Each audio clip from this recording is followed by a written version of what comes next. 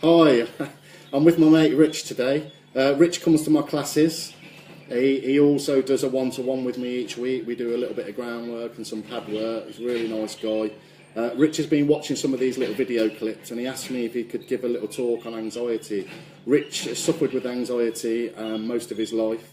He wants to help people, so he's asking me if he can come on here and just talk a little bit about his anxiety and how he handles it. So thanks for doing that, Rich. No, pleasure, Tony, pleasure. When your anxiety is at its worst, Rich, how is it? It's bad. So most of the time I'm sort of just one level below a panic attack, but then 3 or 4 times a day I have an actual panic attack. So what I use is distraction.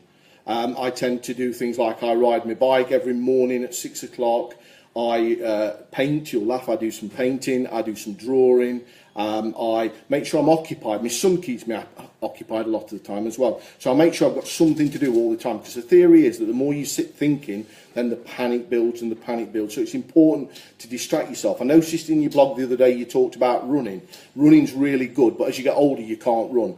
So what I've found is doing things like cycling, walking, swimming, all these things distract you and take your mind away from the anxiety, and I find that really, really helps. So I'm able to work and I'm able to do all the normal things that people do because I use these distraction techniques to keep me occupied, keep me thinking, and avoid me start thinking about the doom and gloom. So that's really good, Tony. That's what I do. Thanks, Rich. So if you didn't do that then, Rich, what sort of levels do you get the anxiety to? Oh, it's constant, Tony. So I take the medication, but even the medication doesn't help. So I'm constantly sort of one level below a panic attack.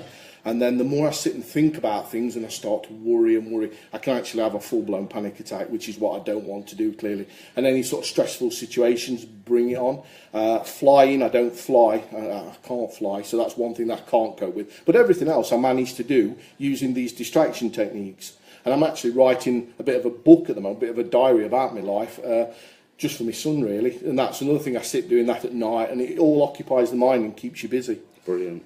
So what you're doing there, instead of encountering your thoughts, you're actually taking yourself away from your thoughts. Yes, absolutely. Yeah. So I'm giving myself positive thoughts. So I think about nice things. I think about what I'm writing. I think about painting. I think about reading. I do a lot of reading. I'm always after people like Danny Grundy are always telling me books to read. Have you read this book? And I like to read as well. Anything that stops you thinking about bad things. Okay. That's what I do. Okay, thanks, Rich. That's really. Yeah. I think there's a lot more people out there suffering from anxiety and depression, isn't there? More than we. I'm quite lucky with my work. I get to see the real people. You know, quite often we only see the masks. Yeah, absolutely. The bits that people want to show. So, and it takes a lot of courage for people like you to, you know, to come out and talk about these things. Because quite often, like I've said in these blogs, men don't talk about this stuff, do they? But I think if I can help one person, it's been worthwhile, hasn't it? Me saying this today. Brilliant. Yeah. All right. Then. Thanks a lot. For no, that, thank Rich. you, Tony. Thank you, Rich. All right.